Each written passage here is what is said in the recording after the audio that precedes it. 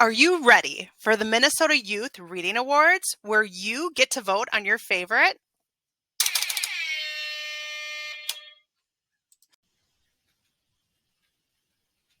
To participate, read 3 of these books from the list and then vote using the Google form.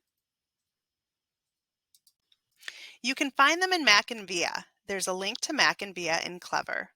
When you go to Mac and Via, there's a folder called Minnesota Book Award.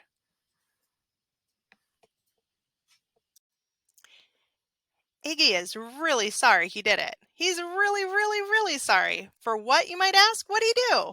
Well, you'll have to read the book to find out. Meet 9-year-old Iggy Frangy. He's not a bad kid. He's really not. Okay, so he's done a few. A few is anything up to 100 bad things. And okay, he's not very sorry about most of them. People make a big deal about nothing. What's a little pancake here and there? Is that something to get mad about? Iggy doesn't think so. No one's got hurt, so there's no problem. Well, no one got hurt except for that one time. That one time when the best idea ever turned into the worst idea of all time. Read The Best of Iggy by Annie Barrows. Cyrus Olsen's dad is a hero, Northfield's former football star and now one of their finest firefighters. Everyone expects Cyrus to follow in his dad's record-breaking footsteps, and he wishes they were right, except he's never been brave like that. But this year, with the help of a stray dog, a few new friends, a little bit of rhythm, and a lot of nerve, he may just discover that actually he is. Check out Brave Like That by Lindsay Stoddard. Karina Chopra would never have imagined becoming friends with the boy next door. After all, they've avoided each other for years, and she assumes Chris is just like the boys he hangs out with, who she labels a pack of hyenas. Then Karina's grandfather starts tutoring Chris, and she discovers he's actually a nice, funny kid. But one afternoon, something unimaginable happens. The 3 of them are assaulted by a stranger who targets Indian American Karina and her grandfather because of how they look. Her grandfather is gravely injured, and Karina and Chris vow not to let hate win. When Karina posts a few photos related to the attack on social media, they quickly attract attention. And before long, her hashtag #CountMeIn post, hashtag immigrants, hashtag we belong, hashtag I'm an American, hashtag hate has no home here, goes viral, and a diverse population begin to add their own photos. Then, when Papa is finally on the road to recovery, Karina uses her newfound social media reach to help celebrate both his homecoming and a community coming together. Check out and read Count Me In by Barsha Bajaj. From fixing the class computer to repairing old radios, 12-year-old Iris is a tech genius. But she's the only deaf person in her school, so people often treat her like she's not very smart. If you've ever felt like no one was listening to you, then you know how hard that can be.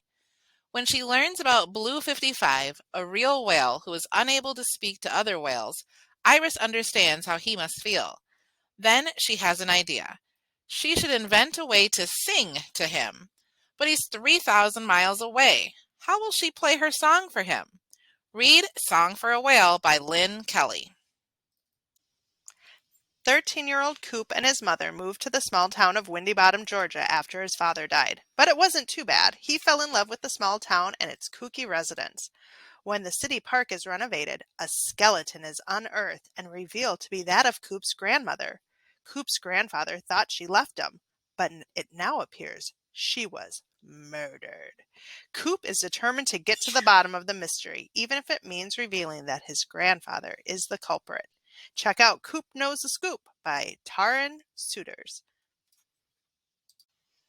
It is 1792, and unbeknownst to a group of voyageurs traveling from Montreal to Grand Portage, an intrepid squirrel, Jean-Pierre Petit Lerouge, sneaks onto their canoe. Lerouge loves being a voyageur. But the voyageurs are not particularly happy to have him, especially because Lerouge rides, but he does not paddle, he eats, but he does not cook, and he doesn't help carry anything through the long portages. When they finally arrive at the trading post, Lerouge is in for a terrible shock. The voyageurs have traveled all those miles to collect beaver pelts. LaRouge organizes his fur-bearing friends of the forest to try and convince the men to quit being voyageurs. Check out The Littlest Voyageur by Margie Prue.